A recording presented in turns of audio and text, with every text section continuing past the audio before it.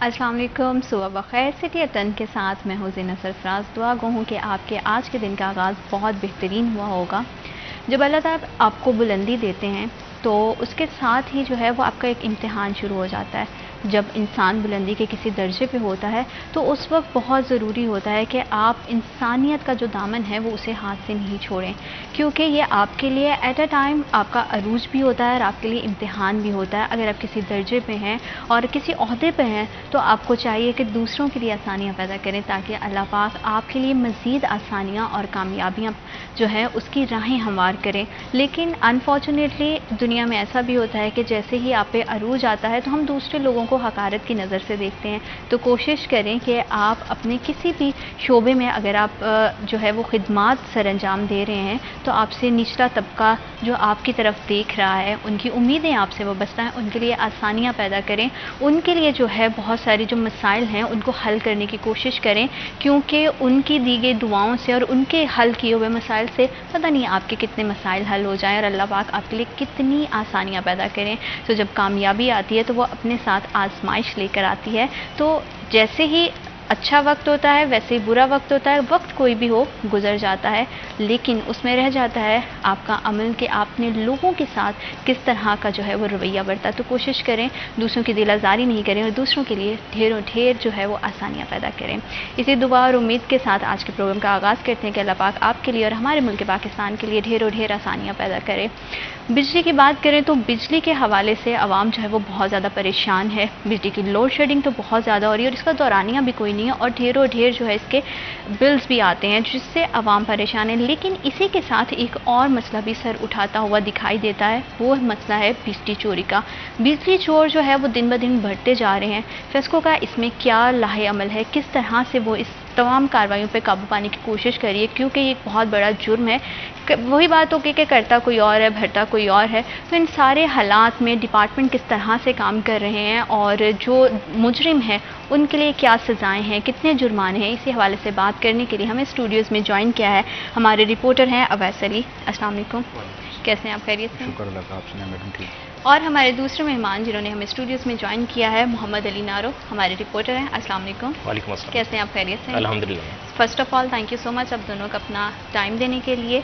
अवैस, आपसे बात का आगाज़ करूँगी कि जैसे हम बिजली के हवाले से बात करें तो वैसे ही आवाम जो है महंगाई से सताई हुई है। बिजली के लंबे लंबे बिल्स आते हैं और ऐसे में बिजली का चोरी होना और उसके जो बिल्स हैं वो दूसरों को पे करने पड़ते हैं, या किस तरह के ये सारा जो है वो प्रोसीजर रहता है, क्या नुकसान आते हैं इसके?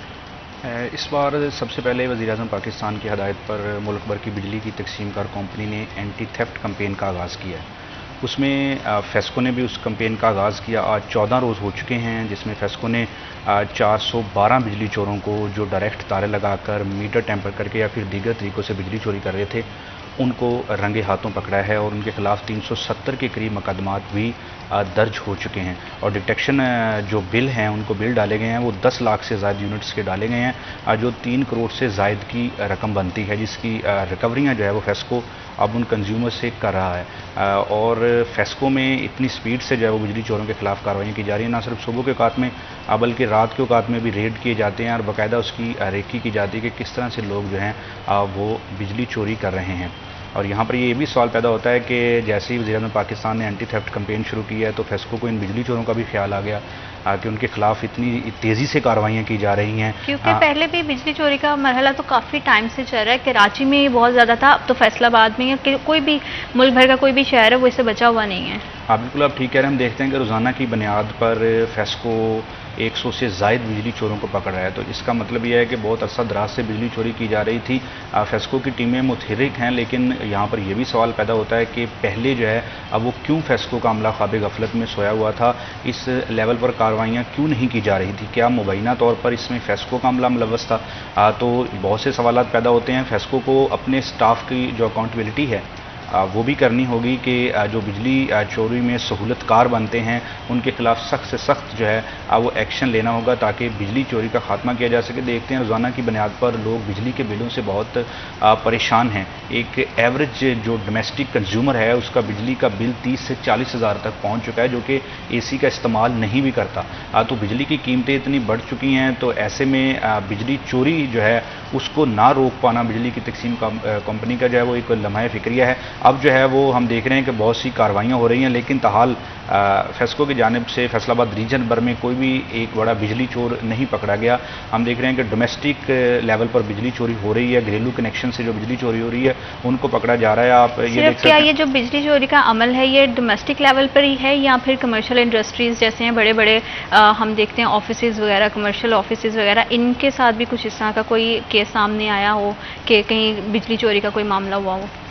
अगर फेस्को में देखा जाए तो डोमेस्टिक लेवल पर अब कार्रवाइयाँ तो सामने आ रही हैं कि बिजली चोर पकड़े जा रहे हैं। मैं ये समझता हूँ कि शायद अभी फेस्को उन बड़े बिजली चोरों तक जो है वो नहीं पहुँच पा रहा जिनको पकड़ना चाहिए, जो बड़े लेवल पर कर रहे हैं। फैसलाबाद एक इंडस्ट्रियल शहर है, सनती शहर है, बहुत से यहाँ पर सनतें हैं, इंडस्ट्रियल कंज्यूमर्स हैं। तो बिजली चोरी सिर्फ डायरेक्ट तारे लगाकर या मीटर टेम्पर करके या फिर मीटर में सुराख करके नहीं की जा सकती। बहुत से जो है वो टेक्निकल अंदाज से बिजली चोरी भी होती है, जिसके जो डिपार्टमेंट के जो इंजीनियर्स हैं उससे बखूबी आगाह हैं। तो अगर उनको पकड़ा जाए तो वो पकड़े भी जा सकते हैं, बड़े बिजली चोर भी पकड़े जा सकते हैं, उनके खिलाफ कार्रवाइयाँ भी हो सकती हैं। इस वक्त ज़िले इंतज़ामिया की जानिब से फेस्को को मुकम्मल फैसिलिटेट किया जा रहा है। हम देख रहे हैं कि फैसलाबाद के वो देहात जहाँ पर फेस्को के लाइनमैन डरते वहाँ पर नहीं जाते थे, वहाँ से रिकवरी नहीं होती थी, अब जो है वो ज़िले इंतज़ामिया के तावन से उन देहातों में भी कार्रवाइयाँ देखने को मिल रही हैं और मुकदमात का अंदराज बड़ी तेज़ी से हो रहा है बिजली चोरों के खिलाफ। तो ऐसे में अब फेस्को को जो है वो मज़ीद हिम्मत करना होगी, जो बड़े बिजली चोर हैं, जो छुपे हुए हैं, उनको सामने लाना होगा और उनके खिलाफ जो है वो कार्रवाइयाँ अमल में लानी होगी। ठीक है, क्योंकि जो फेस्को की जामिन से बहुत सारी कार्रवाइयाँ की जा रही हैं, बहुत ज़्यादा जो है वो चोर भी पकड़े गए हैं, लेकिन काफ़ी टाइम से ये सारा जो है वो लाहे अमल जारी था और सबको पता था कि बिजली चोरी हो रही है, लेकिन पहले डिपार्टमेंट की तरफ से किसी भी तरह का कोई लाहे अमल नहीं किया गया। तो अली, आपको लगता नहीं है कि ये आवाम के साथ जो पहले ही बहुत ज़्यादा महंगाई से सताए हुए हैं, चाहे वो थोड़ा सा अर्सा पीछे चले जाएँ, हर गुजरते दौर के साथ आवाम के लिए जो है ना वो महंगाई तो बढ़ती हुई नज़र आती ही है, तो उनके लिए कितना ज़्यादा जो है ये अनफेयर है? जीनत, सबसे पहले हम इसको तरतीब दे लेते हैं कि इसके कई पहलू हैं। एक बिजली चोरी तो कतन इसकी माफ़ी नहीं होनी चाहिए, जैसे भी हालात हों गलत काम की इजाज़त तो बिल्कुल नहीं होनी चाहिए। और अगर इन्होंने देर से कार्रवाइयाँ की हैं तो हम उसको यही कह सकते हैं कि देर आए दुरुस्त आए, लेकिन आए सही हैं।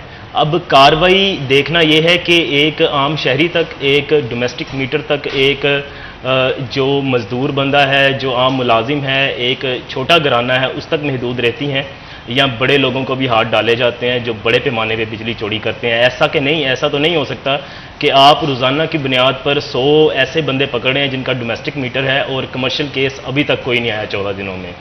तो इसमें अगर हम गहराई में जाएंगे तो कई बातें सामने आ जाएंगी।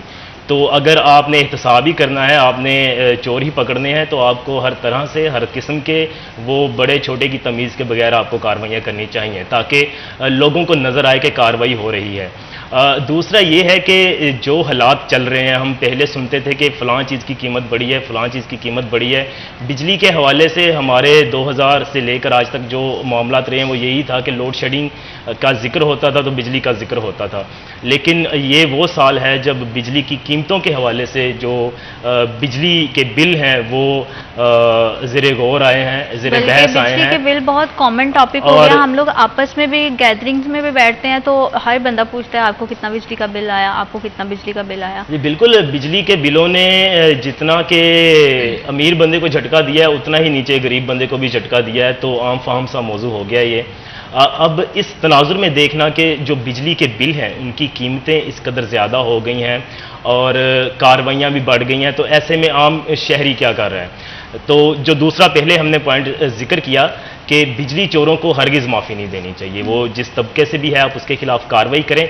हाँ, आप उसका रिलीफ का तरीक़ाकार कुछ बना लें कि कार्रवाइयाँ हो रही हैं जो आपको रिकवरी, क्योंकि फेस्को रीजन जो है वो वैस बेहतर बता सकेंगे, रिकवरी के हिसाब से टॉप ऑफ द लिस्ट है, 100% इनकी रिकवरी है तमाम दूसरे रीजन से अगर इनका मुआवजा किया जाए।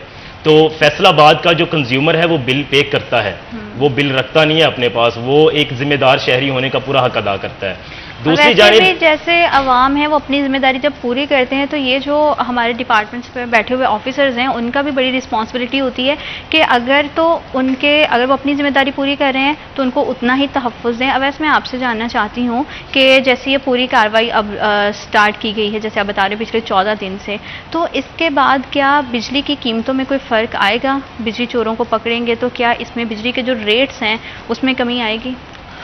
नहीं, इसमें हम ये कह सकते हैं कि फेस्को की जो रिकवरियां हैं उसमें मज़ीद बेहतरी तो आ सकती है।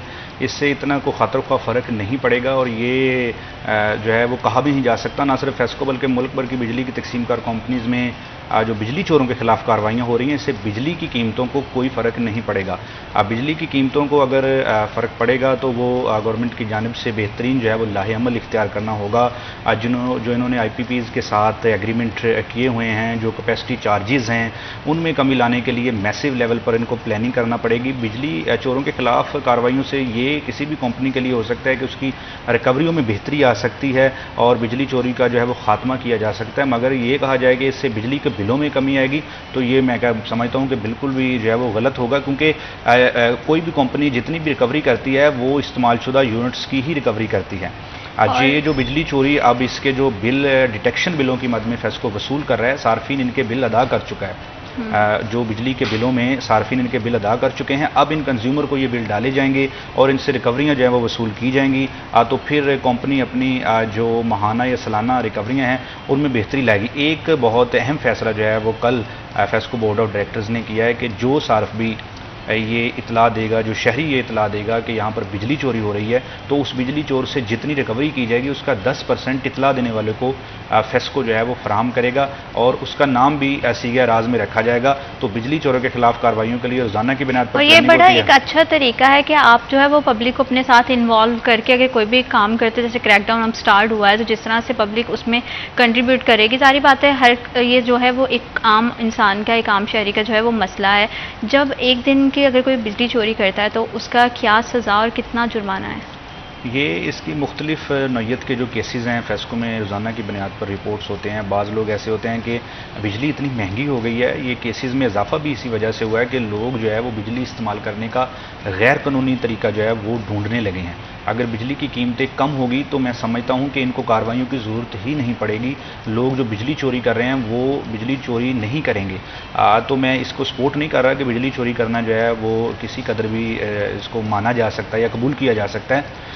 तो महंगी बिजली होने की वजह से बिलखसूस डोमेस्टिक कंज्यूमर जो है वो ज़ायद बिजली चोरी करने लगा है। तो रोज़ाना की बुनियाद पर इस पर कार्रवाइयाँ भी हो रही हैं। तो इसमें जो है वो बिजली की कीमतों में जैसे ये कमी लाएंगे, हुकूमत इस लेवल पर जो है वो प्लानिंग करेगी तो लोगों को रिलीफ मिलेगा, तो उसमें बिजली चोरी जो है वो रोकी जा सकती है। जो आप सज़ा की बात कर रहे हैं, अगर एक दिन भी कोई डोमेस्टिक कंज्यूमर बिजली चोरी करेगा डायरेक्ट तार लगाकर या मीटर टैंपर करके, उसको बिल जो है वो फेस्को कानून के मुताबिक 6 माह का चार्ज होगा।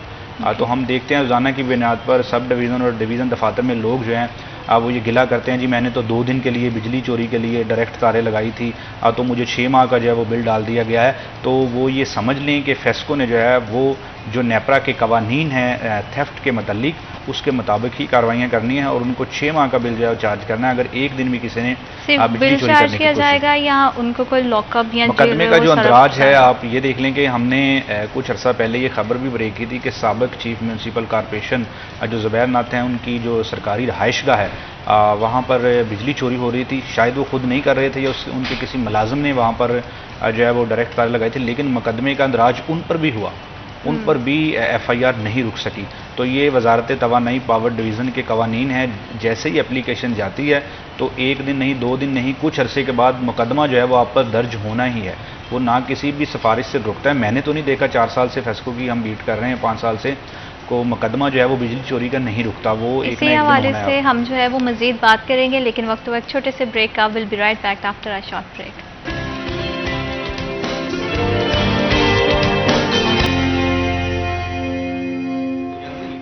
Welcome back after a short break. आप देख रहे हैं CTS 10 और बिजली चोरी के हवाले से हम बात कर रहे हैं कि फेस्को ने चलो देर आए दुरुस्त आए जो है, लेकिन एक बहुत ही अलमे की यहाँ बात ये है कि जब भी ऊपर से पकड़ होती है इदारे तब काम करना शुरू करते हैं। अगर इन्हीं सारी चोरियों को हम बहुत ही इब्तदाई स्टेज पर रोक दें तो शायद बहुत बड़े बड़े नुकसान से आवाम भी बच सकती है और बहुत सारे जराइम को भी हम काबू पा सकते हैं। और बिजली चोरी के हवाले से हम बात कर रहे थे कि इसका क्या, अगर आप पकड़े जाते हो और आपका जो केस है वो परस्यू होता है तो आप पे कितना जुर्माना आएगा, और सज़ा के हवाले से हम बात कर रहे थे, अब ऐसा बता रहे थे। हाँ बिल्कुल, इसकी सज़ा जो है वो कोर्ट के फैसले के मुताबिक होगी। बाकायदा तौर पर इसके ट्रायल होते हैं। जब FIR का अंदराज होता है तो बिजली चोर जो है वो अदालतों में पेश होता है और उसके बाद वो किस नौयत की उसने बिजली चोरी की है तो उस पर जैसे ही कोर्ट जो फैसला देती है उसके मुताबिक उनको सज़ाएँ भी होती हैं। आप इस बात का अंदाज़ा लगा लें कि गुज़िश्ता 14 दिन हो चुके हैं एंटी थेफ्ट कैंपेन आज जो वजारत तवानी पावर डिवीज़न की हदायत पर जारी है। 370 मुकदमात बिजली चोरों के ख़िलाफ़ दर्ज हो चुके हैं इन 14 दिन में। पहले हम देखते थे कि 6-6 माह में 370 मुकदमा दर्ज होते थे और 370 से भी उनकी तादाद कम होती थी।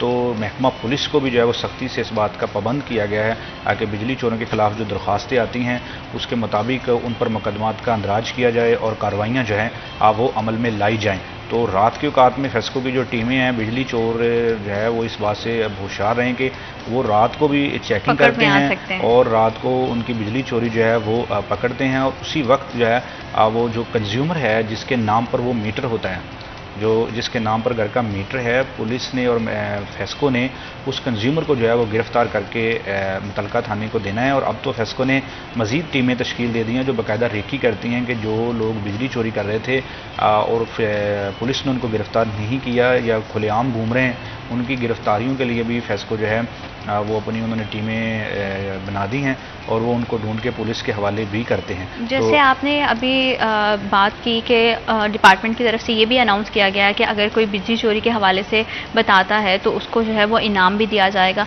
तो इस वाले जो है ऐलान के बाद क्या आपको लगता है कि इन सारी कार्रवाई में कुछ तेज़ी आई है या ये वाला फैसला जो है, ये स्ट्रैटेजी जो है वो अच्छी साबित होगी नेक्स्ट भी आगे भी जाके? बिल्कुल, ये कल ही फेस्को बोर्ड ऑफ डायरेक्टर्स का जो इजलास था उसमें फ़ैसला किया गया है कि जो ज़िम्मेदार शहरी बताएगा कि बिजली चोरी हो रही है, एक तो उसका नाम भी सीवियर आज़ में रखा जाएगा ताकि उसके लिए मुश्किल पैदा ना हो, और दूसरा जो है वो उसको रिकवरी का 10% जो है वो फेस्को फ्राहम करेगा। तो इसमें बहुत तेज़ी आएगी। हम देखेंगे कि जो शहरी जो हैं वो अब कुछ ज़्यादा ज़िम्मेदारी का मुजाहरा करेंगे क्योंकि फेस्को ने उनको परसेंटेज भी देनी है। तो इसमें तेज़ियाँ जो है वो हमें देखने को मिलेगी और बिजली चोरी के खिलाफ कार्रवाई होगी। और सबसे बड़ी बात यह है कि फेस्को हम देखते हैं कि ठीक है बिजली चोर के खिलाफ कार्रवाइयाँ कर रहा है, लेकिन वो सरकारी इदारे जो फेस्को का 1 अरब 80 करोड़ का बिजली का बिल अदा नहीं इस वक्त कर रहे, उसका बोझ जो है वो आवाम उठाने पर मजबूर है। फेस्को उनसे पैसे ले वो बिजली के बिल अदा नहीं कर रहे हैं, उनके बिजली कनेक्शंस भी चल रहे हैं। वो कहते हैं ना कि द लॉ अप्लाइड इक्वली, तो कानून जो है वो सबके लिए मसावी होना चाहिए। उनके भी बिजली कनेक्शन, जब सरकारी अदारों ने बिजली के बिल नहीं देने हैं, जब कानून पर अमल दरामद करवाने वाले अदारे खुद बिल नहीं देंगे, आप पंजाब पुलिस का दे लें, उन्होंने 3 करोड़ से ज़ायद का बिल जो है वो इस वक्त फेस्को को नहीं दिया हुआ। तो इसके पीछे की क्या वजह है? इस पर चेक एंड बैलेंस होना चाहिए। जो हुकूमत में बैठे हुए लोग हैं उनको चाहिए कि पहले वो अपना अमल या अपना किरदार ऐसा करें ताकि अवाम जो है वो इस तरह की जब कोई भी हरकत करती है या इस तरह के जुर्म सामने आते हैं तो फिर हम देखें जब हम खुद चोरी करेंगे तो हम किसी को कैसे रोक सकेंगे? बिल्कुल आप ठीक कह रहे हैं। तो इसको हम चोरी तो नहीं कहेंगे, लेकिन हम ये कह सकते हैं कि उनकी गफलत है, उन अदारों की गफलत है। उनकी जो एडमिनिस्ट्रेशन है उनको चाहिए कि वो बिजली के बिल बर वक्त अदा करें। पंजाब गवर्नमेंट को चाहिए कि उनके जो हैं उनको बजट वो फराहम करना चाहिए ताकि जब वो बिजली के बिल अदा करेंगे सरकारी अदारे तो फिर जो है वो रिकवरियों में भी मज़ीद फेस्को की बेहतरी आएगी। अब देखें कि 1.5 अरब रुपया वासा ने बिजली के बिल अदा नहीं किए, तो वासा खुद तो डूब रहा है, वो फेस्को को भी लेके डूब रहा है। तो वासा की जानब से अरसा दराज से बिजली के बिल अदा नहीं किए जा रहे, तो बल्कि एक मुझे एक्सीन बता रहे थे, वो कह रहे थे वैसे भाई ये वासा वाले कहते हैं कि हम इनका कनेक्शन काट दें, उसके बाद ये जनरेटर चलाते हैं तो उसमें पता नहीं ये इनका जो है वो कह रहे थे कि उसमें भी ये मुबैना तौर पर करप्शन करते हैं। जब अदारों के ये हालात हो जाएंगे तो वो किस तरह से चलेंगे?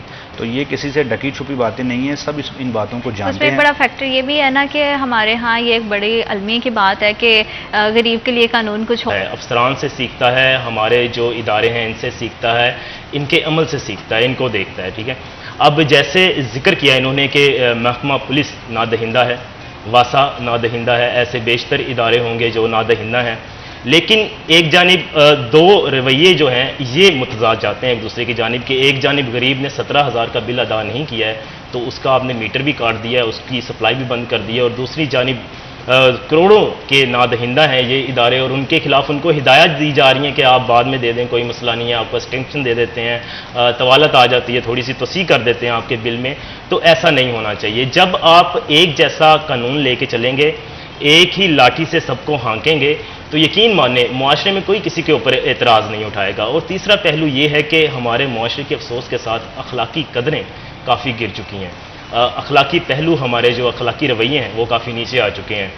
ये अब 21वीं सदी है और दुनिया कहाँ से कहाँ पहुँच गई है, और आज हम क्या कर रहे हैं, बिजली चोरी।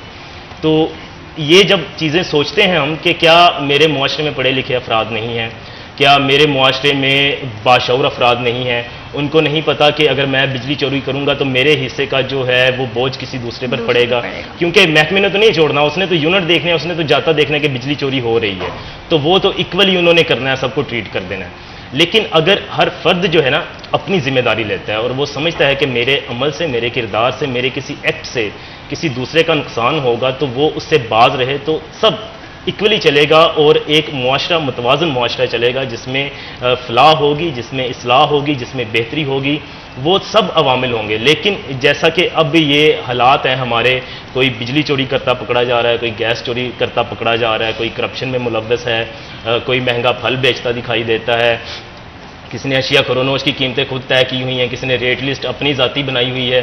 तो ये सारे अवामिल जब हम इसका नुक्ता देखते हैं, इसका मरकज़ देखते हैं, तो वो बददियानती है, वो काम है जो हमारे हुक्मरान नहीं कर सके। हमारे हुक्मरान एक कौम की तरबियत ही नहीं कर सके।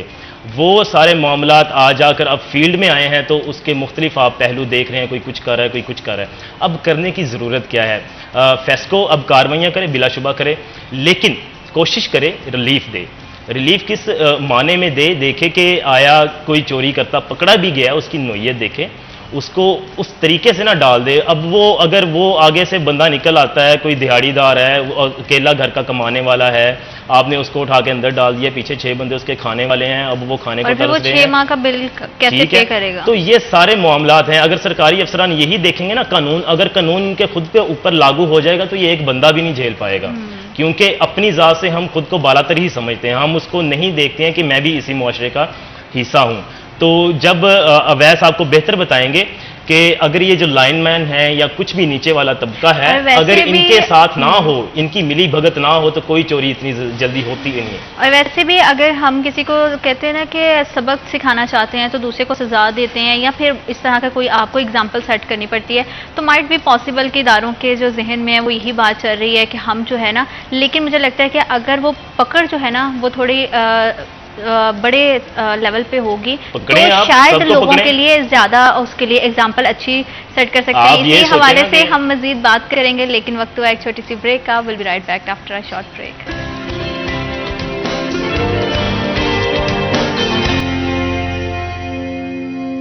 Welcome back after a short break. आप देख रहे हैं सिटी एट 10।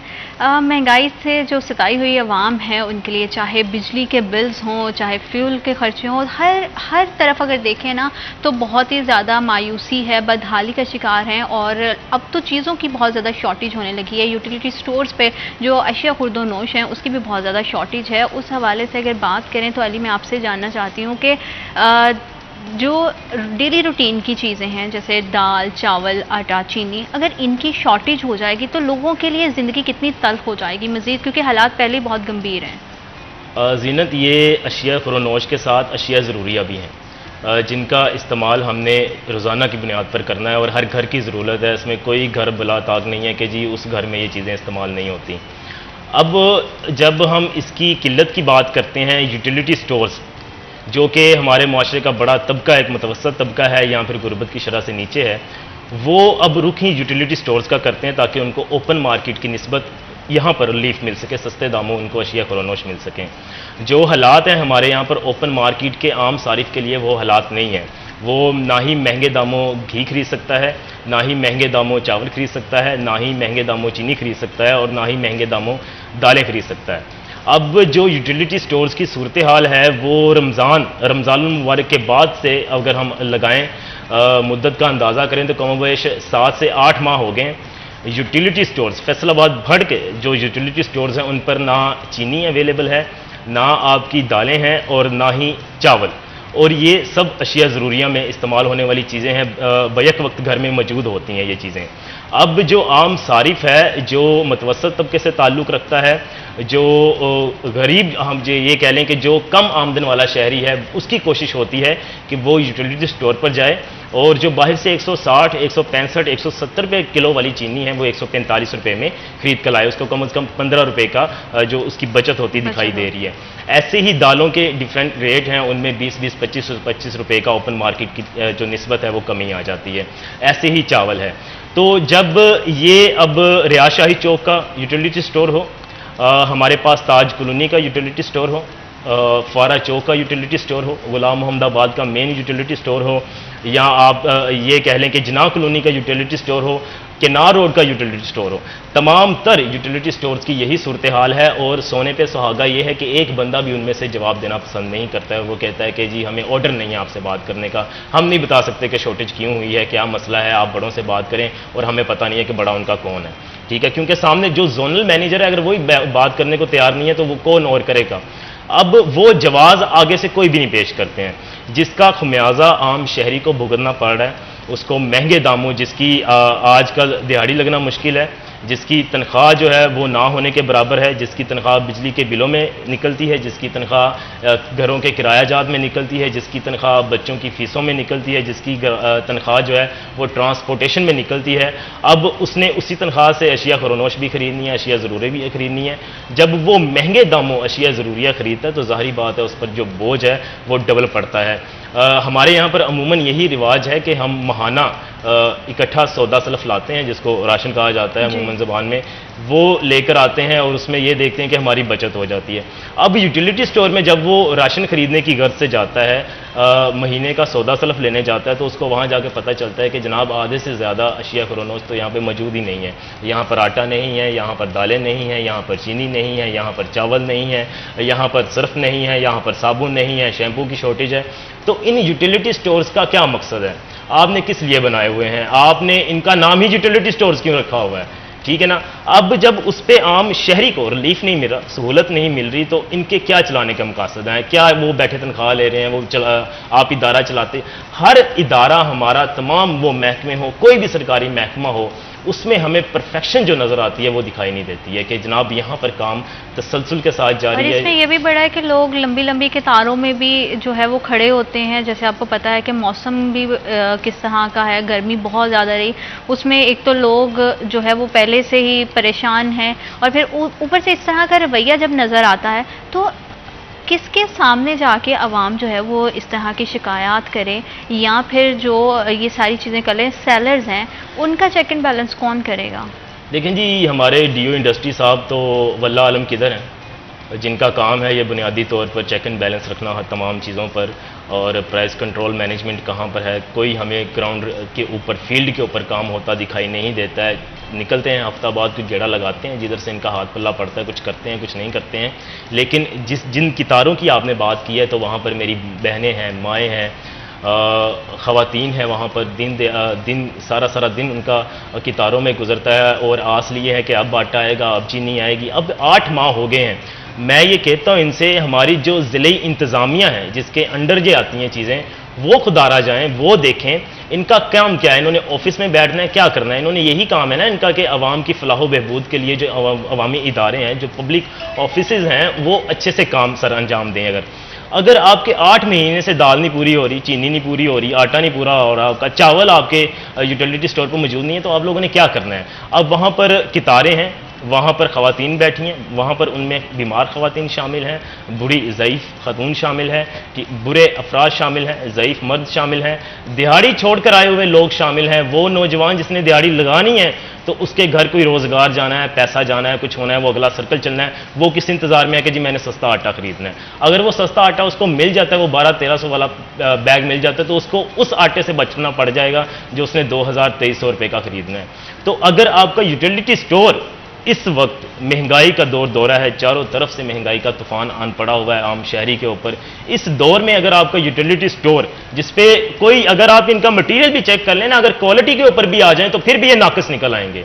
इनका हाल ये है, म्यारी नहीं निकलेंगी चीज़ें, उस तरह की चीज़ें नहीं निकलेंगी जिस तरह की ओपन मार्केट में आपको म्यारी चीज़ें मिल रही हैं। इनके म्यार पर सवालात आ जाएंगे। लेकिन वो भी चीज़ें जो आती हैं, जहाँ से आपके 10, 15 या 20 रुपए बच रहे हैं, हम वहां से पैसा बचा लें, उसमें फिर लोग क्वालिटी पे भी कॉम्प्रोमाइज कर जाते हैं। सब कुछ कर जाते हैं। आम शहरी आपका कर ही कॉम्प्रोमाइज रहा है। वो क्या कर रहा है? सांसें अपनी गिन रहा है, वो लंबी जिंदगी गुजारने के चक्रों में नहीं है। वो ये कह रहा है कि मेरे जो 2 वक्त की सांसें हैं, 2 वक्त की रोटी से बहाल रहे हैं। उसका कोई बड़ा मकसद तो नहीं है। अब ये हमारा शहर फैसलाबाद हो या पाकिस्तानी हो, इनकी ज़िंदगी में क्या है? इनकी ज़िंदगी में चंद फिक्रें हैं कि बिजली का बिल कैसे अदा करना है, किराया कहाँ से निकालना है, मैंने ऑफिस जाना है तो मेरी बाइक में पेट्रोल है या नहीं है, या मैंने किसी दोस्त से पैसे मांगने हैं, मेरी सैलरी आज लेट आई है या कब आएगी, इसमें सैलरी बाद में आती है, उसके अखराजात पहले से निकले होते हैं कि मैंने फलां के इतने देने हैं, फलां के इतने देने हैं। उसके बावजूद लोग जो है मकरूज भी होते हैं। मकरूज है, मतलब कि अब पाकिस्तानियों का हाल, हम इसको इसलिए कंपैरिजन नहीं करते, हम इसको इसलिए नहीं कहते कि जनाब आप दूसरी दुनिया का मुकाबला करें, आप अपनी ज़ात से मुकाबला कर लें, यही बहुत है जो हमारे हालात हैं। और इन हुक्मरानों को, ये जो निगरान सेटअप है, वफाकी निगरान सेटअप है, इनको होश के नाखून लेने चाहिए। कम अज़ कम आवाम को टारगेट सब्सिडी दे, उन लोगों को ही रिलीफ दे दें जो कि मतवसत तबका है, आम तबका है, जो कि महंगाई की जद में ज़्यादा आ चुका है। आप सबको ना दें, आप टारगेट दे दें। कोई ऐसा कोई लाहे अमल अपना लें कि जो आम शहरी है कम से कम वो अशिया खुरनोश के हवाले से उसके घर में 3 वक्त का खाना बन सके, ये उसकी तरजीह है और आप उसकी तरजीह आसान कर दें। इतना काम रियासत की जिम्मेदारी होती है कि कोई भी उसके जो आवाम है उसमें से भूखे पेट कोई ना सोए। लेकिन अलमिया की बात यह है कि आज का जो दौर चल रहा है ना, एक दाल, पहले लोग कहते थे कि अच्छा अगर आप जो है वो गोश्त नहीं पका सकते तो आप दाल रोटी कुछ इस तरह से कर लो। अब तो दालों के रेट इतने ज़्यादा बढ़ गए हैं, हर चीज़ की शॉर्टेज इतनी ज़्यादा है, और उसमें क्या है कि हर बंदा अपने लेवल पे जो है ना वो उस पर करने पे तुला हुआ है, बेईमानी करने पे तुला हुआ है। तो बड़े दुख की बात है। हालांकि इसमें चेक एंड बैलेंस होना चाहिए कि अगर हुकूमत ने कहीं किसी को कोई फैसिलिटी दी हुई है तो उसका एटलीस्ट चेक एंड बैलेंस रखें। आप दोनों मेहमानों का बहुत शुक्रिया, आपने हमें और हमारे प्रोग्राम को वक्त दिया। अभी वक्त हुआ एक छोटे से ब्रेक का। Will be right back after a short break.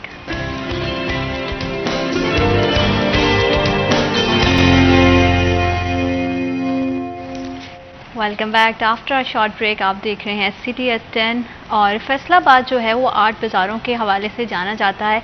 इसे पाकिस्तान का मैनचेस्टर भी कहते हैं। तो जहाँ पे बहुत सारी मैनेजमेंट्स होती हैं तो उसके हवाले से बहुत सारे मसाइल भी जो है वो दरपेश होते हैं। बज़ाहिर देखने में तो हमें लगता है कि मार्केट में सब कुछ जो है वो खुशहाल है, कुशल मंगल है, लेकिन ऐसा होता नहीं है। इसके पीछे बहुत सारे छोटे छोटे जो है वो ताजरान के बहुत सारे मसाइल होते हैं जिनको देखना, उनको हल करना बहुत ज़्यादा ज़रूरी होता है ताकि मैनेजमेंट को और पूरे जो सिस्टम है उसको अच्छे तरीके से चलाया जा सके। और इसी हवाले से बात करने के लिए हमें स्टूडियोज़ में ज्वाइन किया है अमीन बट, चेयरमैन सुप्रीम अंजुमन ताजरान, साबका डिप्टी मेयर फैसलाबाद भी रह चुके हैं। अस्सलाम वालेकुम सर, बहुत शुक्रिया हमें और हमारे प्रोग्राम को वक्त देने के लिए। साथ ही साथ इसी हवाले से बात करने के लिए हमारे दूसरे मेहमान जो हैं जिन्होंने हमें स्टूडियोज़ में ज्वाइन किया है वो हैं ज़ीशान ज़फ़र, सदर कारखाना बाज़ार। अस्सलाम वालेकुम, आपका भी बहुत शुक्रिया हमें और हमारे प्रोग्राम को वक्त देने के लिए। बहुत सारे बड़े बड़े मसाइल की तो हम बात करते हैं, लेकिन अगर ताजरान के हवाले से बात करें, उनके बहुत सारे मसाइल हैं। स्पेशली फैसलाबाद में 8 बाज़ार में हम देखते हैं कि बहुत सारे जो है वो मसले मसाइल सर उठा रहे हैं, जिसमें पार्किंग का मसला सर फहरिस्त है और भी बहुत सारे मसले। उस हवाले से आप क्या कहेंगे? बिस्मिल्लाहिर्रहमानिर्रहीम। देखें, जब से नून लीग की गवर्नमेंट गई है ना, उसके बाद तकरीबन मसले ही मसले हैं। मसले तो उस वक्त भी थे, लेकिन उसके बाद बहुत ज़्यादा मसले दरपेश हुए हैं। उस वक्त मैं नून लीग के दौर में मैं डिप्टी मेयर था, मैं वहाँ पे ही इलेक्शन जीता था 8 बाज़ारों से ही, तो मैं बखूबी जानता था कि यहाँ पे मसले क्या हैं और मैं कोशिश करता था खुद बाज़ारों में जाकर मसले हल कराता था। सबसे पहला तो मेन मसला है पार्किंग का। जो अमीपुर बाज़ार के बाहर मेयर हाउस था उसको गिरा के हमने पार्किंग प्लाजा तमीर कराना शुरू किया। उसके बाद गवर्नमेंट चली गई तो वहाँ जहाँ से वह शुरू हुआ था वहाँ पे अभी तक भी वहाँ पे ही है। तो उसके बाद जितनी भी गवर्नमेंटें आई हमने काफ़ी जोर लगाया, काफ़ी कोशिश की, लेकिन किसी ने भी इस पर तवज्जो ना दी। पहले आई पीटीआई की गवर्नमेंट, फिर पीडीएम की आ गई, अब निगरान गवर्नमेंट है, तो मसला हमारा वहीं का वहीं है। उसके बाद जो हमारे इशू हैं पार्किंग के अलावा ट्रैफिक का भी आप देखें, जो हमारी जो माएँ बहनें हैं वहाँ तो गुजर नहीं सकती, तो कोई मोटरसाइकिल एक लाइन लगा कहते हैं, वो 3-3 लाइन लगाते हैं पार्किंग वाले। तो हमने हमेशा डीसीओ फैसलाबाद से, कमिश्नर फैसलाबाद से जो मुतालबा करते रहते हैं, एक तो हमारी पार्किंग का मसला हल करें, दूसरा ट्रैफिक का करें। तो अभी तक मसला हल नहीं हो रहा, लेकिन हम कोशिश करते रहते हैं और कोशिश करते रहेंगे। ज़ीशान, इससे वाले से मैं जानती हूँ, जैसे कि ख़रीदार जब बाज़ार में आते हैं तो उनके लिए बड़ा मुश्किल हो जाता है ख़रीदारी करना, क्योंकि बीच में जो है वो बाईसाइकिल वाले भी होते हैं, गाड़ी वाला भी है, हर तरह से मतलब लोग ये नहीं देखते हैं कि एक मार्केट है, ओपन मार्केट है, उसमें लोग आ रहे हैं ख़रीदारी के लिए अपने ज़रूरत की चीज़ें। उसमें क्या होता है कि हमने अक्सर ये भी बड़ा देखा है कि शॉप्स के बाहर लोग बाइक पर ही खड़े खड़े जो है ना, वो उनकी कोशिश होती है कि जितना खुद को कम्फर्ट जोन में रखें, चीज़ें ख़रीद लें, उससे भले दूसरे जो है वो तंगी में आ जाएँ, उनको जो है वो दुश्वारी पेश आती है, क्योंकि वो रोड है, रोड के दोनों साइड पे आपको बहुत सारी शॉप्स दिखाई देती हैं। तो ख़रीदारों के लिए इस सारे मामले में ख़रीदारी करना बड़ा मुश्किल हो जाता है। और जैसे कि मैनेजमेंट की भी बात करें तो अजीब सा शोर शराबा और अजीब सा सारी सूरत हाल दिखाई देती है। जी मैम, इस तरह है कि जब बाज़ार में दाखिल होता है ख़रीदार, उसके लिए सबसे पहला मुश्किल होती है अपनी बाइक को पार्क करना, क्योंकि हमारे दुकानदारों ने आगे हमने अपना बात करके पिछले 60 साल से ही, हमारे बड़ों ने भी और उसके बाद भट्ट साहब ने भी, जब अपना गवर्नमेंट आई थी तो ये हमने 5 फुट लेके दिए हुए थे इनको, जहां आप अपना डिस्प्ले लगा सकें, लेकिन वो चले गए हैं 20 फुट पे। उसके बाद आगे खड़ी हो जाती हैं बाइक्स, उसके बाद जब आगे बाइक्स खड़ी होती है 3-3 4-4 रो बाइक्स की होती हैं, उसके बाद वो जो एरिया होता है वो तकरीबन 45 से 50 फुट कवर हो जाता है। जो बाइक पे आता है या गाड़ी पे आता है उसके लिए पार्क करने की जगह नहीं होती। और बेहंगम ट्रैफिक की वजह से एक और आजकल काम शुरू हो गया है कि जो रेडी वाले हैं, जो छाबड़ी वाले, जो उधर से अपना जो फ्रूट बेच रहे हैं या सब्जी बेच रहे हैं, उन्होंने आधे बाजार के आगे, उस पार्किंग के आगे उन्होंने अपने ठेले खड़े किए हुए हैं, जिसकी वजह से जो खरीदार है ना वो बाज़ारों का रुख करना छोड़ गया है। वो अब हमारी जिस तरह की कोहिनूर या इस तरह के एरिया में जो मार्केट्स हैं, ज़्यादा खरीदार उधर जाना शुरू हो गए, जिसकी वजह से हमारे बाज़ारों की जो आमदन है उसमें बड़ा फ़र्क पड़ा है। और हमारे जो उसमें जो रौनक थी, जो बाज़ारों की खूबसूरती थी, जो हर वक्त चहल पहल और हर वक्त उसमें शोर गुल रहता था, वो भी ख़त्म हो गया, जिसकी वजह से वो जो हमारा जो घंटा घर के 8 बाज़ार और जिस खूबसूरती की वजह से जाने जाते थे वो मध्यम पड़ना शुरू हो गया। उसमें मेन मकसद जो मेन पार्किंग है, और उसके बाद हमारे कॉरपोरेशन का जो अमला है उसकी अदम उधर जो शिरकत है। मैं समझता हूँ कि अगर हमारा जो कॉरपोरेशन का अमला है वो अगर अपनी मैनेजमेंट और अपनी टीम के साथ उधर बर वक्त कार्रवाइयाँ करता रहे और उसको प्रॉपर ठीक करता रहे, तो ये जो हमारी जो मुश्किलात है कम होंगी और उसके बाद लोगों का बाज़ारों में आना आसानी पैदा होगी। और ख़ास तौर पे औरतों का तो बाज़ारों में आना बहुत ही महाल हो गया, क्योंकि वो औरतों का ज़्यादातर होता है कि फुटपाथ से गुजरना उन्होंने, और हमारा जो फुटपाथ है वो भी दुकानदारों ने कवर किया होता है। कई बाज़ारों में तो दुकानदारों ने फुटपाथ पे गुजरने की जगह ही नहीं छोड़ी, जिसकी वजह से औरतों का, लेडीज़ का हमारा वहाँ शॉपिंग करना बहुत ही महाल हो चुका है। क्योंकि इतनी बेहंगम सूरत हाल है ट्रैफिक की वजह से भी, जारी बात है पार्किंग की जब शॉर्टेज हो गई, पार्किंग के लिए एक प्रॉपर जगह नहीं है, लोग जैसे आपने बात की कि अब बाज़ार का रुख करने की बजाय वो करते हैं कि दूसरे जितने जो अच्छे ज़रा एरिया हैं जैसे कोहिनूर हो गया या इस साइड पे आते हैं। तो इससे सर मैं आपसे जानना चाहती हूँ कि कारोबारी सूरत हाल पर कितना असर आता है, कारोबार कितना मुश्किल हो गया? देखिए, कारोबार तो जो 8 बाज़ारों में बहुत ही ख़त्म हो गया। देखिए, करोड़ों की प्रॉपर्टियाँ हैं, लेकिन प्रॉपर्टियाँ करोड़ों की है, लेकिन कारोबार उधर नहीं है। कारोबार इसलिए नहीं है, कोई भी फैमिली आती है या कोई ग्राहक आते हैं, वो गाड़ी खड़ी करने के लिए जगह नहीं होती। अगर गाड़ी वो कचहरी बाजार से दाखिल करते हैं तो वो बाहर नहीं निकाल सकते, तो वो एक दफ़ा आते हैं, वो दोबारा कहते हैं हम दोबारा शहर में दाखिल होंगे। तो प्रॉपर्टी की कीमतें तो वाकई बहुत ही ज़्यादा हैं, लेकिन उसका क्या फ़ायदा अगर उधर कारोबार करने के लिए गाहक नहीं आएगा। तो गाहक कहीं डीग रोड चला गया, सत्याने रोड पे चला गया, कहीं और जगह पे चला गया, तो इससे प्रॉपर्टी में बहुत ही कमी आ गई है। तो जो कि हमारे शहरियों को नुकसान है, हमारे ताजरों को नुकसान है, जो कि नहीं होना चाहिए। हालांकि हम तरीक़ेकार से चले। जिस तरह मैंने आपको पहले बताया कि जब मैं डिप्टी मेयर था तो मैं खुद निकलता था, तो खुद निकलने के साथ साथ मैं CTO को भी साथ लेता था, फिर अपना कारपोरेशन का अमला भी साथ लेता था। उस दिनों में, उन महीनों में तो 8 बाजारों में ट्रैफिक ही ठीक थी।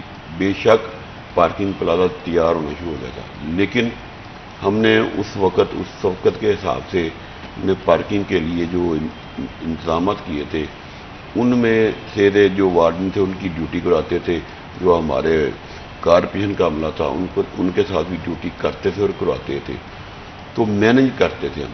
अब मैनेज नहीं हो रहा है इनसे। जिस तरह हमारे कमिश्नर फैसलाबाद से बहुत अच्छी हैं, बहुत मेहनत कर रही हैं, लेकिन उनके जो नीचे अमला है ना, वो अच्छा नहीं है। देखिए 8 बाज़ारों में जो कारपोरेशन वाले हैं, जिस तरह मेरे छोटे भाई ने बताया कि हम 5 फुट दी हुई है गरीब लोगों को, लेकिन वो 5 फुट जगह की बजाय वो 50 फुट पर चले जाते हैं। 50 फुट पर जगह पर इसलिए जाते हैं कि वो उनसे पैसे लेते हैं। अगर वो पैसे ना लें, अगर 5 फुट में रहें, तो हमारे जो 8 बाज़ार हैं, पार्किंग का मसला भी नहीं बनेगा और ट्रैफिक का मसला भी नहीं बनेगा। पर वैसे भी ये सीधी सीधी कानून की जो है वो भी खिलाफ वर्जी है कि एक फुटपाथ है वो उसको बनाया ही जो है वो राहगीरों के लिए गया है कि वॉकिंग के लिए कि आप करें, लेकिन उसमें यह है कि पार्किंग का जब मसाइल है तो यहाँ पे इतना माजरत के साथ कि इतना लोगों को शऊर भी नहीं है कि वो भी सड़क पे ही जो है ना, जिस बंदे को जहाँ पे जगह मिलेगी वो अपनी बाइक और अपनी गाड़ी को पार्क करके चला जाएगा। नहीं मैडम, शऊर इनके पास है, लेकिन जानबूझ के करते हैं ये लोग। ये ना कहेंगे शऊर नहीं है। आजकल कौन सा ज़माना के शऊर ना, जो बच्चा उसको भी शऊर है, बूढ़ों को भी है, जवान लड़कों को भी है, लेकिन ये लापरवाही करते हैं। इनको कोई परवाह नहीं है कि यहाँ से कौन गुजरा। वो कहते हैं बस हमारा काम कैसे सीधा होना है, वो अपना मतलब की काम करते हैं, किसी का भला सोचने की कोशिश नहीं करते। और वैसे भी ये पूरा प्रॉपर टीम वर्क होता है। टीम वर्क जैसे आपने बात की कि नीचे का अमला जो है वो इसमें गफलत बरत रहा है। तो पार्किंग के हवाले से अगर मजीद कहें तो आपको क्या लगता है कि अगर पार्किंग का ये सारा प्रोसीजर इसी तरह से पार्किंग के लिए प्लाजा बन जाता तो कितनी आसानी लोगों के लिए पैदा हो जाती है? ज़ीशान आप बताइएगा इस हवाले से। पार्किंग प्लाजा ये हमारी गवर्नमेंट्स का कसूर है। जब एक गवर्नमेंट पार्किंग पे प्लाजे पे काम करती है तो दूसरी गवर्नमेंट आके उसको रुकवा देती है, क्योंकि वो उसका एंटी होता है। यहाँ तो इनको अपने मसाइल इनके ख़त्म नहीं होते, इन्होंने आवाम के बारे में क्या सोचना है। हमारे कारखाना बाज़ार में बाहर कारपोरेशन का बहुत खुला मैदान है, हमारे रेलवे लाइन में बहुत सारी जगह है। जैसे भट्ट साहब ने फरमाया कि साबका मेयर हाउस तमीर होना शुरू हुआ था, जब वो दूसरी गवर्नमेंट आई, पिछली गवर्नमेंट ने काम किया, वो रुक गया।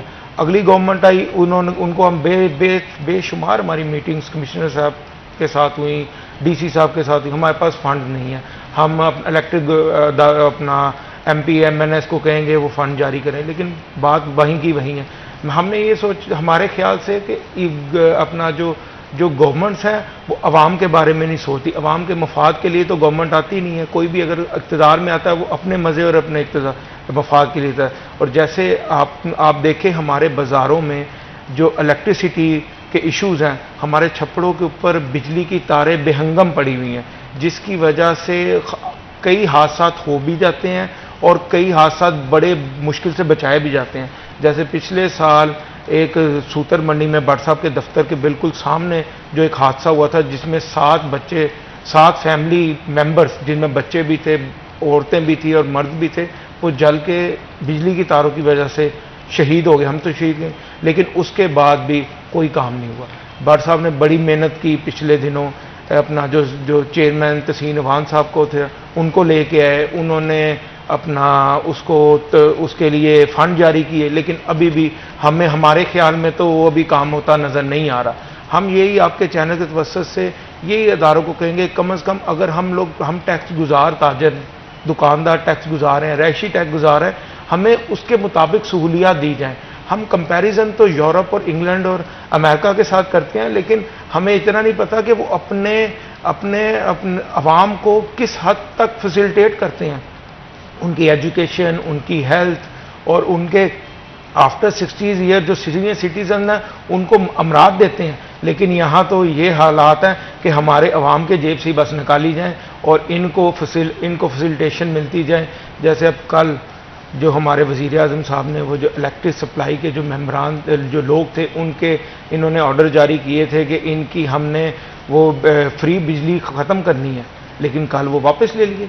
1,90,000 वापडा के जो अफसरान हैं जो इससे फ़ायदा उठाते हैं, वो हम जो आम आवाम है उससे उसका निकाला जाता है।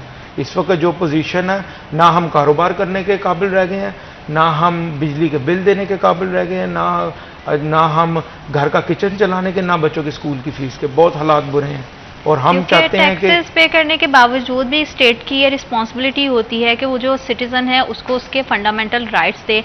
लेकिन अगर आप जैसे कारोबारी सेक्टर की बात करें या किसी भी शोबे से मुंसलिक इंसान की बात करें जो टैक्स पे करता है, तो वो फिर इस उम्मीद पे करता है कि जो हुकूमत की तरफ से उसको उतना फैसिलिटेट भी किया जाए। जैसे आपने बात की कि खुली हुई बिजली की वायर्स के हवाले से उसे बहुत ज़्यादा, एक तो वो देखने में भी कोई जो इमेज है वो अच्छा नहीं लगता है, बहुत बेहंगम तारें एक दूसरे के साथ उलझी होती हैं। अगर कहीं से कोई तार कट जाती है ना, तो पहले तो यही समझ में नहीं आता है कि मसला कहाँ बना है। और उसके बाद जैसे जानी और माली नुकसान के भी हवाले से बात करें तो उसका जिम्मेदार कौन है? भट्ट साहब, इस हवाले से कितने सख्त इक़दाम होने चाहिए? देखिए, जहाँ पे 60 बच्चे और जवान शहीद हुए थे, वहाँ पे मेरी रैश भी है, मेरा दफ्तर भी है, मेरा कारोबार भी है। उस वक्त भी मैंने बहुत एहतजाज रिकॉर्ड करवाया था कि बराए मेहरबानी, मतलब वो तो शहीद हो गए ना, उससे पहले भी मैं चेयरमैन फेस्को और वज़ीर आला पंजाब से ये बार बार मुतालबा करता था, क्या आप इंतज़ार कर रहे हैं कोई हादसा पेश आए? तो हादसा पेश आ भी गया। तो जब हादसा पेश आ गया, उस वक्त मैंने काफ़ी एहतजाज रिकॉर्ड कराया, लेकिन कोई फ़ायदा नहीं हुआ। पता नहीं क्या बात है, क्यों नहीं लोग ये सुनते। जब इसी हवाले से हम मज़ीद बात करेंगे, लेकिन वक्त हुआ एक छोटे से ब्रेक का। Will be right back after a short break.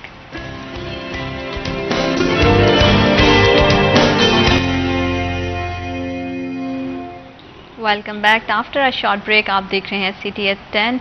बाज़ारों की जो सूरत हाल है इतनी बेहंगम हो चुकी है और बिजली की जो खुली हुई तारें हैं उनसे ना सिर्फ जो तासुर है वो बुरा जाता है देखने वाले को बाज़ार में जाके, वैसे ही अगर कहते हैं कि चीज़ें बेतरतीब हों तो वो आपको थका देती हैं, और उसके बाद अगर उस पर जानी और माली नुकसान हो जाए तो वो और भी ज़्यादा दुख की बात है। और इस सब की ज़िम्मेदारी रियासत पे जाती है, रियासत के उन ओहदारान पे जाती है जिनकी ज़िम्मेदारी है कि वो शहरियों को बुनियादी हकूक़ दें। लेकिन यहाँ पे अलविदा की बात ये है कि इन छोटे छोटे मसाइल, देखने में ये बहुत छोटे मसाइल लगते हैं, लेकिन इन्हीं से बहुत बड़े बड़े मसले जो है वो जन्म लेते हैं। बट साहब, आप बता रहे थे कि जो ओपन वायर्स हैं उसकी वजह से किस तरह से लोगों ने अपनी जान तक गंवाई है। मैंने इसी से बात वक्फा आ गया था। मैं ये कहता हूँ कि मैंने आपको पहले बताया कि मेरी रैश भी उधर है, कारोबार भी उधर है, ऑफिस भी उधर है। तो मैंने अब आपको बताया ना कि पहले भी जब हादसा अभी हुआ नहीं था, मैंने ज़ोरों शोर से कहता रहा कि ऐसा ना हो जाए, ऐसा ना हो जाए, फिर हो गया। उसके बाद मैंने जब हादसा हो गया तो उसके बाद मैं ज़ोर शोर से मतलब रो पीट के मतलब शोर किया कि ये देखे मैंने कहा था आपको। उसके बाद जब हादसा हो गया तो फलां अफसरान भी आ रहा है, फलां भी आ रहा है, फलां भी आ रहा है। मैं मुझे ऐसे चल लग रहा था पता नहीं रातों रात इन्होंने जो तारें हैं अंडरग्राउंड कर देनी है। वादा भी किया, लेकिन अभी तक कुछ भी नहीं हुआ। लेकिन तहसीन अमान साहब जो चेयरमैन फेस्को के हैं, उन्होंने तारें अंडरग्राउंड नहीं की, लेकिन वैसे तो ट्रांसफार्मर वगैरह जो शहर के पुराने थे वो तो उन्होंने लगा दिए हैं। लेकिन अगर वो रहेंगे ना तहसीन अमान साहब, तो मुझे उम्मीद है उनसे कि वो अंडरग्राउंड करा भी देंगे। लेकिन मुझे पता चल रहा है कि ये जो गवर्नमेंट है, निगरान गवर्नमेंट, उनको भी उठाने लगी है कि अब कुछ टेक्निकल बंदे लगाने हैं। पता नहीं कौन से टेक्निकल आने हैं। वो टेक्निकल बंदे वो ना हो, अब टेक्निकल तरीके से वो देखें कि हमने रिश्वत कैसे खानी है। तो इधर मुल्क का नहीं सोचते, शहर का नहीं सोचते, हमारी आवाम का नहीं सोचते, और सिर्फ सोचते हैं अपने आप का, सोचते हैं कि हमने कमाना कैसे है। पता नहीं दिन चढ़ना कि नहीं चढ़ना, लुट लो मुल्क नूं। तो इस करके मैं आपके 41 की वसासत से, क्योंकि मैं 41 की वजह से ही डिप्टी मेयर बना। 41 का नाम इसलिए लेता हूँ, जब ये शुरू हुआ ना तो शहर में सबसे पहले मैंने इंटरव्यू दिया था। तो आज अल्लाह का शुक्र, हर सियासतदान, हर ताजर, हर वो जो भी लीडरान है वो कहता है कि मैं 41 पे आऊँ। तो मैं इसलिए इस चैनल की ना बहुत इज़्ज़त करता हूँ, इज़्ज़त की निगाह से देखता हूँ। इस चैनल पे आकर कोई भी मसला डिस्कस करते हैं, कोई प्रॉब्लम डिस्कस करते हैं तो तकरीबन मसला हल भी हो जाता है। लेकिन अरबों का मसला हल नहीं होता। अरबों से मराज है कोई प्रोजेक्ट को अरबों का हो, जिस तरह ये प्लाज़े हैं वो अभी तक तमीर नहीं हो रहे। बाकी कुछ दुनिया के मसले मसाइल हैं, आवाम के मसले मसाइल हैं, गरीबों के मसले मसाइल जो मैं डिस्कस करता हूँ, जब आपके चैनल पे आते हैं तो फौरी एक्शन हो जाता है, हल भी हो जाते हैं। क्योंकि 41 की हमेशा से कोशिश होती है कि जितने भी अवाम के मसाइल हैं, क्योंकि हम अवाम में से हैं और हमारी यही कोशिश रहती है कि हमारे प्लेटफॉर्म के थ्रू ज़्यादा से ज़्यादा जितने भी स्पेशली फैसलाबाद के मसाइल हैं हम उन्हें हाईलाइट करें, ताकि अगर किसी के उस पर नज़र करम हो जाए तो अवाम के लिए रिलीफ है और हमारा मकसद पूरा हो जाता है। जैसे ओपन वायर्स की बात की जा रही है, ज़ीशान आपका भी मैं पॉइंट ऑफ व्यू जानना चाहती हूँ। एक तो पहले ही बिजली के बहुत सारे मसले मसाइल हैं, लोड शेडिंग के मसले मसाइल हैं, ऊपर से अंडरग्राउंड वायरिंग की जैसे भट्ट साहब ने बात की है कि मतलब अब हम देखते हैं इंटरनेशनल लेवल पे अब रोड्स में सारी जैसे पानी की वायरिंग हो गई या पाइपिंग हो गई और उसके अलावा बिजली की तारें होंगी, सब अंडरग्राउंड होता है। लेकिन अगर पाकिस्तान में आपको लगता है ये सिलसिला शुरू हो, अगर तो अंडरग्राउंड वायरिंग स्टार्ट हो भी जाएगी तो फिर तो सड़कें भी उधड़ी छोड़ देंगे, क्योंकि यहाँ पे तो वैसे ही अलमिया है कि अगर सड़क को एक जगह से तोड़ा जाता है तो फिर 6 माह साल लग जाते हैं, वो बेचारा उतना पोर्शन जो है ना, उतना टुकड़ा वहीं का वहीं रह जाता है। तो बहुत अच्छी बात है कि अगर अंडरग्राउंड हो जाए, लेकिन फ़िलहाल क्योंकि जारी बात है एक ये लॉन्ग टर्म प्रोसीजर है, रातों रात तो कुछ होने वाला है नहीं, लेकिन इससे आवाम को और स्पेशली आपकी मतलब वहाँ पे जितनी भी कम्युनिटी बैठी है, ताजरान कम्युनिटी, उनको बहुत सारे मसाइल पेश आते हैं। जी बिल्कुल, आपने जैसे कहा कि अंडरग्राउंड हमारे 8 बाज़ार तो अंडरग्राउंड हो गए। मेन बाज़ार जो मेन गलियाँ हैं वो अभी तक उसी तरह है, और जो अंडरग्राउंड से जो वायर निकली हुई है जो खंभों के साथ और ट्रांसफार्मर के साथ है, वो इतने गुंजल बने हुए हैं ताकि 10 लाख अशराफिया है, ये पूरे 25 करोड़ अवाम का खून चूस के खुद इंजॉय कर रही है। कम से कम इनसे इनकी इंजॉयमेंट ख़त्म कराएं, इनसे मुफ्त जो सहूलियात हैं इनको देना बंद करें और अवाम पे भी ताकि बोझ कम पड़े। हम तो आपके चैनल के वसत से हमारा यही है, ताजर हर वक्त आके अपील करता है, अपील जब प्रोग्राम ख़त्म होता है उसके साथ अपील भी ख़त्म हो जाती है। क्योंकि आपने बिल्कुल बात सही की है कि हमारे यहाँ ना सिस्टम के बड़ी बहुत सारे मसले मसाइल हैं। एक काम शुरू हो जाता है, लेकिन जैसे गवर्नमेंट चेंज होती है तो नई आने वाले जो गवर्नमेंट के जो हुक्मरान होते हैं वो कहते हैं कि हम फिर से ज़ीरो से काम स्टार्ट करेंगे। उसमें ये होता है कि जी, उसमें यही है कि जैसे आप कह रहे हैं कि जब आपके दौर में आपने बहुत ज़्यादा कोशिश की और एक प्लाजा भी बनना पार्किंग के लिए स्टार्ट हो गया, लेकिन जैसे ही जो है वो हुकूमत चेंज होती है तो आने वाला बंदा जो है उस काम को वहीं पे रोक देता है। तो इससे डायरेक्टली और इनडायरेक्टली जो है ना नुकसान जो है वो आवाम का भी होता है और कारोबारी हजरात का भी होता है। तो इस हवाले से आप क्या कहना चाहते हैं कि कौन सी ऐसी हुकूमत को पॉलिसियाँ बनानी चाहिए कि ताकि अगर कोई अच्छा इनिशिएटिव लिया जा रहा है, अगर आवाम के लिए या कारोबारी हजरात के लिए कोई उनके फ़ायदे के लिए चीज़ सोची जा रही है, तो कम से कम अगर तो गवर्नमेंट चेंज हो भी जाए लेकिन काम नहीं रुकना चाहिए। मैडम इस वक्त जो मैं देख रहा हूँ ना पाकिस्तान की आवाम में, वो जो सियासतदानों से बिल्कुल वो तंग आ चुके हैं।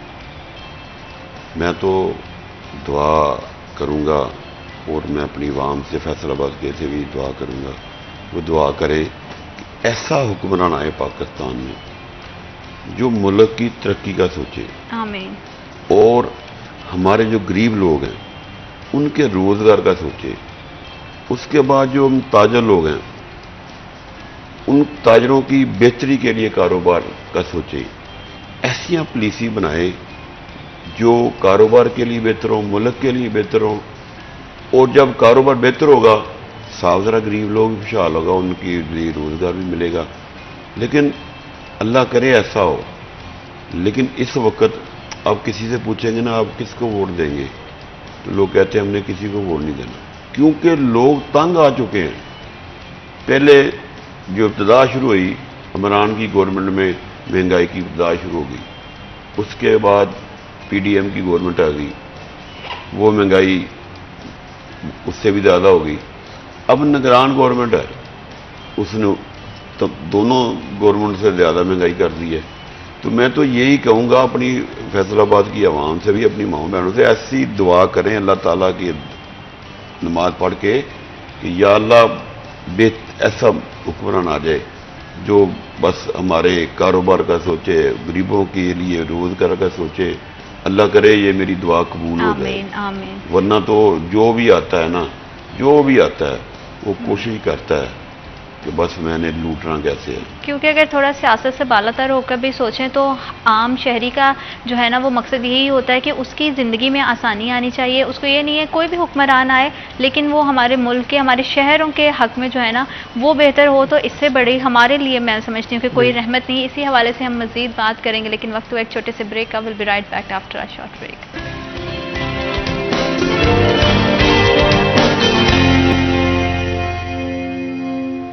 Welcome back after a short break. आप देख रहे हैं सिटी एट 10। पाकिस्तान के बहुत सारे खूबसूरत शहरों में फैसलाबाद जो है वो सरे फहरिस्त है और इसे पाकिस्तान का मानचेस्टर भी कहा जाता है। इसके आर्ट बाज़ार बहुत ज़्यादा मशहूर हैं। लोग दूर दराज से जब आते हैं दूसरे शहरों से फैसलाबाद में, तो सबकी कोशिश होती है कि आर्ट बाज़ारों का रुख ज़रूर किया जाए, चाहे वो घंटा घर है, अनारकली बाज़ार है, कारखाना बाज़ार है। लेकिन जितने खूबसूरत ये बाज़ार हैं, इसमें जितनी सहूलियात मैसर हैं लोगों के लिए, उनकी ज़िंदगी को आसान बनाने के लिए, चाहे वो कपड़ों के लिहाज से हो, खाने पीने के लिहाज से हो, क्योंकि बहुत सारी वैरायटी हमें मिलती है। और पंजाबी हैं तो बहुत सारे हमें खानों की वैरायटी भी जो है इन बाज़ारों में मिलती है। लेकिन उसी के साथ साथ आम शहरी को जो है वो शायद बहुत सारे मसाइल नज़र नहीं आते। हम जाते हैं तो एक आम ख़रीदार आके कहता है कि बाज़ारों में रश बहुत है, ट्रैफिक की बेहंगम सूरत हाल है। उसकी वजह यह है कि वहाँ पर पार्किंग का कोई निज़ाम नहीं है। हम देखते हैं कि बाज़ार में अगर बारिश हो जाती है तो कोई ना कोई हादसा पेश आ जाता है, जिसके पीछे की बड़ी वजह यह है कि वहाँ पर जो बिजली की तारें हैं वो खुली पड़ी हैं, उनको देखने वाला कोई नहीं है। ये सारे वो मसले मसाइल हैं और भी बहुत सारे मिसाल हम देखते हैं कि जितना भी रोड साइड है वहाँ पे चलने के लिए जगह नहीं है, क्योंकि लोग मजबूर हैं वहाँ पे अपने स्टॉल्स लगाते हैं। हर किसी की मजबूरी है, रिस्क कमाना है, क्योंकि एक शहरी की जिम्मेदारी होती है टैक्स पे करना। वो टैक्स भी पे करता है, लेकिन उसके बावजूद उसको जो है बुनियादी सहूलियात नहीं दी जाती। तो बहुत सारे जो है ना छोटे छोटे मसले मसाइल हैं जिन्होंने शहर की खूबसूरती को भी तबाह कर दिया है और आम आदमी की ज़िंदगी को भी अजीरन कर दिया है। और इससे कारोबारी हजरात जो है, ताजरान हैं, वो बहुत ज़्यादा मुतासिर हुए हैं। बहुत सारे मसाइल हैं और हमारे प्लेटफॉर्म के थ्रू 41 की हमेशा से कोशिश रहती है कि हम ऐसे मेहमानों को बुलाएं और ऐसे मसाइल पे बात करें कि गवर्नमेंट की उन पर नज़र जाए और शहर का भला हो, शहरियों का भला हो, कारोबारी ज़िंदगी जो है वो आसान हो, खुशहाल हो। क्योंकि इसका अल्टीमेटली जो डायरेक्टली असर है वो पाकिस्तान की मैशत पे जाता है, पाकिस्तान के कारोबार पे जाता है। लोगों के लिए रोज़गार होंगे, ज़िंदगी आसान होगी, खुशहाली होगी। तो अपने शहर को खूबसूरत बनाना हमारी ही जिम्मेदारी है। तो ज़ीशान, मैं आपसे इस हवाले से करूँगी कि हमने पार्किंग के हवाले से बात की, हमने वायरिंग के हवाले से बात की। हमने आम देखा है कि हर बंदा आता है अपने जो है वो बिल बोर्ड्स भी लगा के चला जाता है। शहर आपको देखते हैं कि जो दुकान का फ्रंट है वो उसकी खूबसूरती को भी ख़राब करते हैं। और भी बहुत सारे दीगर छोटे छोटे मसाइल हैं जिन पे मैं चाहूँगी कि उस हवाले से भी आप जो है वो बात करें। देखिए, अब आपने बिलबोर्ड से बात की तो हमारे ज़हन में अचानक आ गया, जैसे हम अपनी दुकान है, हमने अपनी दुकान के बाहर एक अपना शनाख्ती नाम का बोर्ड लगाया होता है। जैसे उस पे हमने लिखा होता है कि जो कपड़े की दुकान या कोई किराना स्टोर। अब हमारे पास PHA वाले आए थे कि जी आपने जो अपना जो निशानी बोर्ड लगाया है ना, इसका भी हमें टैक्स दें। आप उसके बाद आ जाते हैं हमारे पास प्रोफेशनल टैक्स वाले कि आप कारोबार कर रहे हैं, आप प्रोफेशनल हो गए हैं, आप हमें प्रोफेशनल का भी टैक्स, प्रोफेशनल होने का भी टैक्स दें। हम आपके चैनल के थ्रू इनसे ये रिक्वेस्ट करना चाहते हैं कि जब हम एक टैक्स दे रहे हैं गवर्नमेंट को, इनकम टैक्स दे रहे हैं, सेल्स टैक्स दे रहे हैं, और उसके बाद हम टीवी पे, बिजली पे टैक्स दे रहे हैं, हम गैस पे टैक्स दे रहे हैं, हम हर चीज़ पे टैक्स जब दे ही रहे हैं, तो आपने अलग-अलग शोबे क्यों हमें मुतारफ़ कराते हैं? हमें हर साल हम जब हर साल हमें एक नया शोबा नज़र आता है कि एक नया शोबा आ गया, उसके लिए हमने अलग एक टैक्स देना है। अब जैसे आपने बात की बिल बोर्ड्स की, आप रोड्स पे, साइडों पे पोल्स देखें, उस पर मुख्तलिफ लोगों ने अपनी तशहीरें लगाई हैं, किसी ने इलेक्शन की लगाई है, आप उनसे तो टैक्स लेते नहीं हैं। आप एक दुकानदार को, ताजर को, जो पहले ही महंगाई से पिस चुका है, जो पहले ही मुश्किलात में घिरा हुआ है, आप हर महीने किसी ना किसी तरीके से आके उनसे टैक्स लेते हैं, और वो टैक्स भी खजाने में मैडम जमा नहीं होता। अब हमारे पास हमें टैक्स दे रहे, हमारे पास पर्ची लेके आया, जो उनका ऑफिसर है, इंस्पेक्टर है, वो 10,000 रुपये लेके आया। वो बाद में हमें कहता है कि जी 1,000-2,000 रुपया दें, आपको हम छोड़ देंगे, या पूरी मार्केट का आपका टैक्स बन रहा है, लाख रुपया बन रहा है, आप हमें 10,000 रुपया दे दें, आपको हम छोड़ देते हैं, 1 साल तक आपको हम रिलीज देंगे। ये कि वो भी हमें खजाने तक फ़ायदा नहीं पहुंच रहा, वो भी फ़ायदा उनकी जेबों में, अफसरान की जेबों में पहुंच जाए। इसका मतलब है कि ये जो जितने भी टैक्सेस इन्होंने मुतारफ़ कराए हैं, ये इनके खुद साख्ता टैक्सेस हैं। अगर इसका फ़ायदा ख़जाने को पहुंचे तो इसका मतलब है कि वो टैक्स की कोई वैलिडिटी हो, अगर वो ना हम जमा कराएं, उसका जुर्माना हो, उस पर कोई असर हो, एक्शन हो हमारे खिलाफ। इसका मतलब कि अफसरान की वो जेबें भरने के लिए जो अदारों में अफसरान बैठे हैं, उनको उनकी रिश्वत गर्म, उनकी जेबें गर्म हो, इसलिए टैक्स लगाए जाते हैं। हमें इतनी मुश्किलात में घिरा हुआ है, और आपके चैनल के तवज्जुह से हम रिक्वेस्ट करते हैं कि ये जो बिला वास्ता के, बिला वजह के टैक्सेस हैं, इनसे हम हमारी जान छुड़वाएं, और हम हर वो टैक्स देने के लिए तैयार हैं जिससे मुल्क का फ़ायदा हो। हम बिल्कुल वो टैक्स देने के लिए तैयार नहीं है जिससे उस अदारे के अफसर का फ़ायदा हो।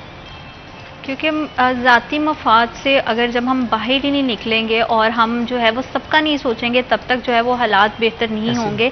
और जैसे कि आप सदर हैं कारखाना बाज़ार के, और अगर कारखाना बाज़ार के हवाले से बात की जाए या आठों बाज़ारों के हवाले से बात की जाए, तो ख़रीदारों का रश कितना बड़ा है। ख़रीदारी में क्या लोग अभी भी जो है वो इन सारे मसाइल के बावजूद रुख कर रहे हैं? क्या सूरत हाल है ख़रीदारी के हवाले से? ख़रीदारी तो मैम पोजीशन ये आ गई है कि हमारे बाज़ारों में कारोबार 10% रह गया। इस वक्त लोगों को सिर्फ 2 चीज़ों का प्रेशर है, या अपने घर का किचन चला लें या बिजली का बिल दे दें।